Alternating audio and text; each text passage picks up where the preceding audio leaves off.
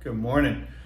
Quick video I want to share with you regarding abdominal development and posture. And this is something, as somebody that's been in the fitness industry for over 20 years, it's actually slightly embarrassing to even recognize this at this point. But for the longest time, I didn't realize this. I thought I was doing things right. I have been evaluated by other people, and we just thought it was kind of a structural anomaly of mine, but I've learned much more about just body awareness. I used to have very much this rib flare, like many people have. As I worked on my posture, I would lift my chest too much. You can start to see the sternum poke out there. And even as I was getting leaner and leaner, my abdominal muscles just weren't developing properly, and I just felt it was my structure. But I've pieced this together, and I really want to help as many of you as I can. I've spoken with many of my clients here in the clinic, doing some sports massage, and taught it to them, and they really have that kind of aha moment. So hopefully I can share it with you, and you make the corrections far sooner than I did. But again, it was much about trying to get up taller and get those shoulders back. You see this difference. If I pull the shoulders back, and as I do that, I'm opening up through that middle of my back, that thoracic spine, and coming into more of this thoracic extension. That starts to put us into that rib flare position where we can start to see that sternum poke through. If instead what you start to realize is from the base of your vertebrae down by the pelvis, the lumbar spine, all the way up, we start with a neutral pelvis, has a little bit of that, we call it a lordotic curve, where they jut forward ever so slightly. So we want to be in that neutral position where I could go further forward or I could tilt back. I want to be somewhere in the middle, and you see just a natural curve occur here.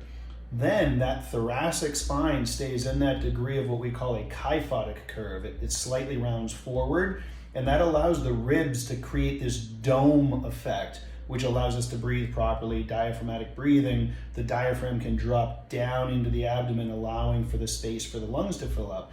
So it's here, neutral through that lumbar spine, thoracic tucks down and domes, and then those shoulder blades can just gently get pulled back into that neutral position. So again, I can pull into protraction, I can pull into retraction, but this is neutral. And then the head, we just have this gentle chin tuck. The head should be in a position that your ear is stacked on top of your shoulder. And in that position, we start to notice what happens with the abdominal muscles. They're playing a role in pulling us down, and you can start to see the blockiness. I might not be the leanest, I might not have the blockiest of rectus abdominis six-pack muscles, but you can see the development. And I'm 44, almost 45 years old. This is better than it's been in my entire life.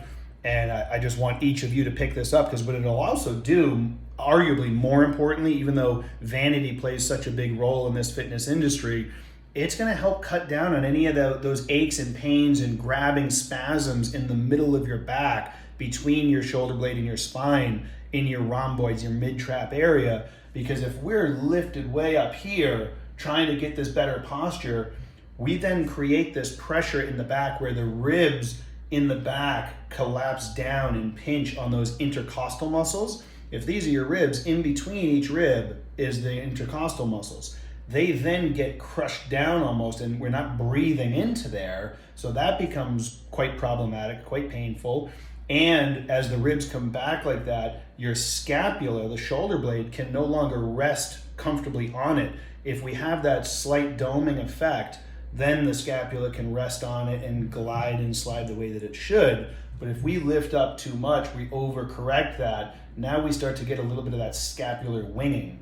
And those muscles, the serratus anterior, that are supposed to pull the scapula tight against the ribs, they're just fighting a losing battle. So really, again, this is from the base of the spine up. We have that slight lordotic curve in the lumbar spine, slight kyphotic curve in the thoracic spine, and then at the cervical spine, that slight lordotic curve as well. So we get neutral here. And there's 3 exercises that I've started to incorporate that really help me with this, and I think they'll play a role for you. I've got my massage table here just for the angle. You should be able to see this. But I'll show you real quick. We're getting into a position where we're lying on our back. I'll go feet flat, knees bent.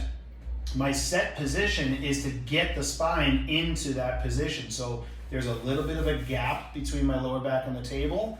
Then I'm pulling the ribs down into that dome effect. And what I like to do is just reach those arms back overhead, slightly lift up.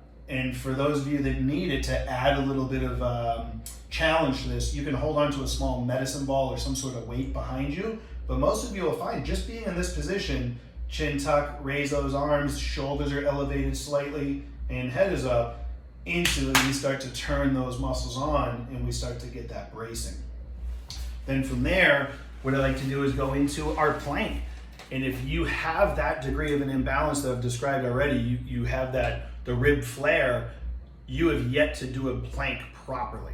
But if you get into this position and we come in, you can start on your knees to make sure you're bracing it properly. But I want you to try to keep your forearms parallel.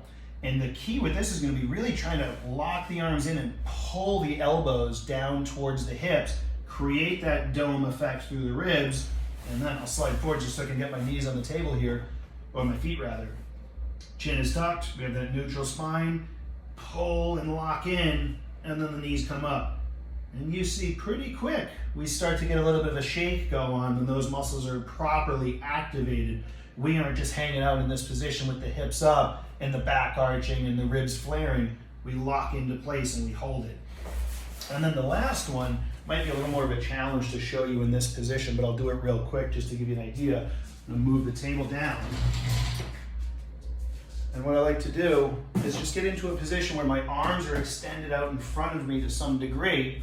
And again, same idea, lock those ribs into place, pull those arms, and we just squeeze and breathe. And this is kind of a starting point, if you will, to incorporating something like a dead hang up on a pull-up bar. When you get into that pull-up position, it's the same idea. We want to make sure we aren't flaring the ribs and arching. We want to tuck, pull those ribs down, and hold those arms up overhead.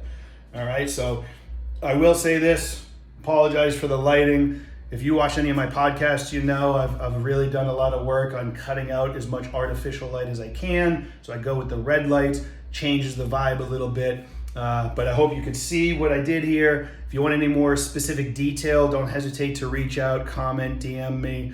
And you need some coaching, happy to help you with that as well. But till then, have a blessed day. See you next time. Get to work on some of these.